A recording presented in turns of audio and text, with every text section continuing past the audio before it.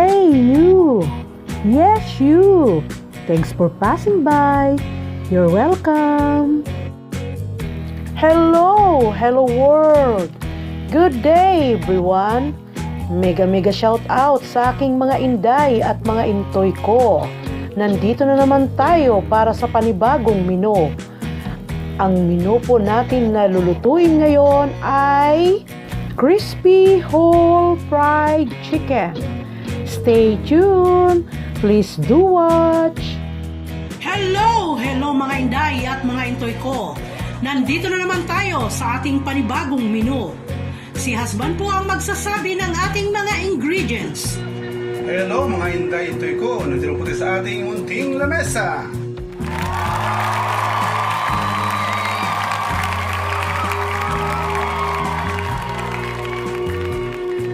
Ang ating menu sa tanghaling ito ay crispy whole fried chicken.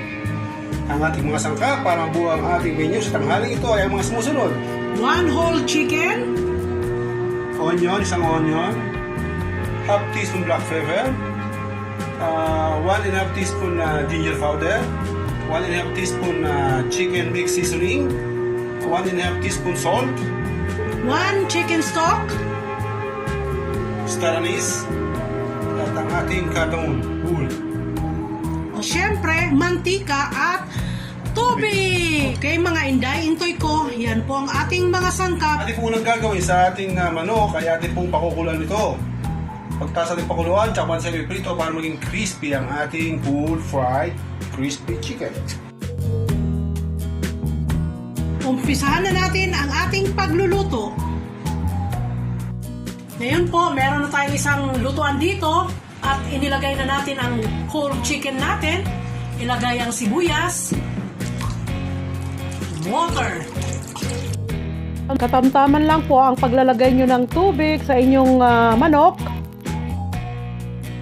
Siyempre, ilagay na natin ang ating mga spices na kanina o sinabi namin sa inyo.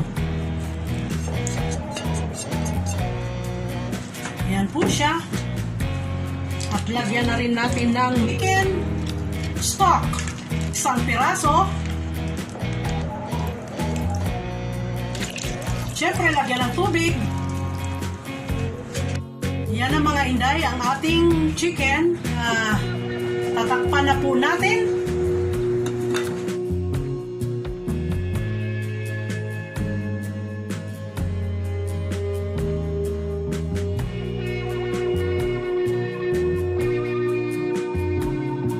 Inday-intoy ko, i-check na natin ang ating pinakuluang manok. Ayan na po siya. Yan po mga inday at mga intoy ko. Takpan na natin. Ayan.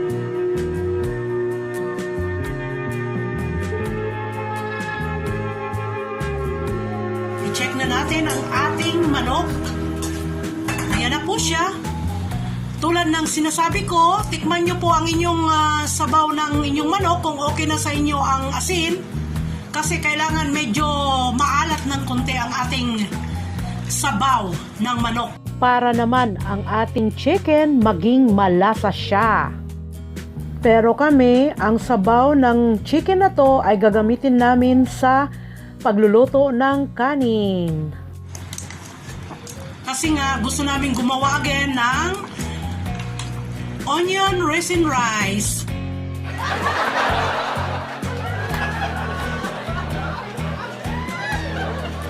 Hanguin na natin. Hangoy na po natin mga inday ko. 15 minutes palamigin bago prituhin. Yes. Okay, remove na. Tulad ng sabi ni husband, palamigin lang po sa ang ating manok. Or mas masarap. Kasi nga, nagiging Crispy siya.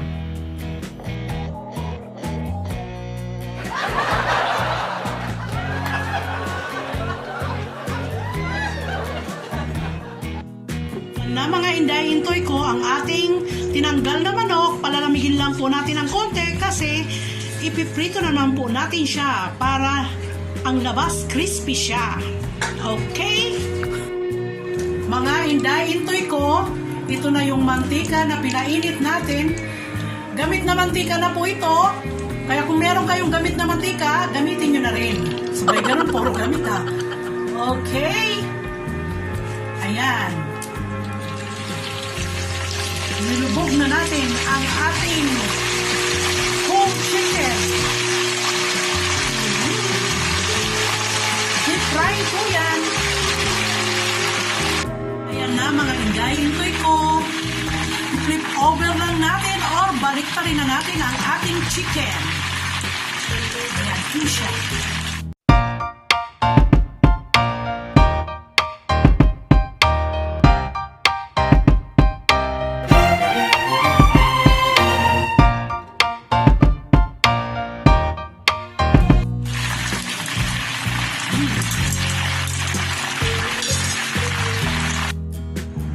Ayan na ang ating finished product. Luto na ang ating chicken. At syempre, masarap na kapartner dyan ang onion raisin rice. Ayan. Ganyan lang po mga inday, mga intoy ko.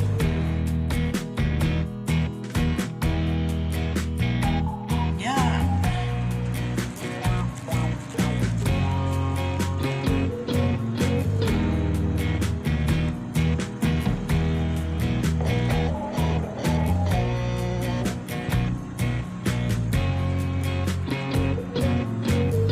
Para lagi kayong updated sa aking bagong video, just click like, subscribe, and ring the bell.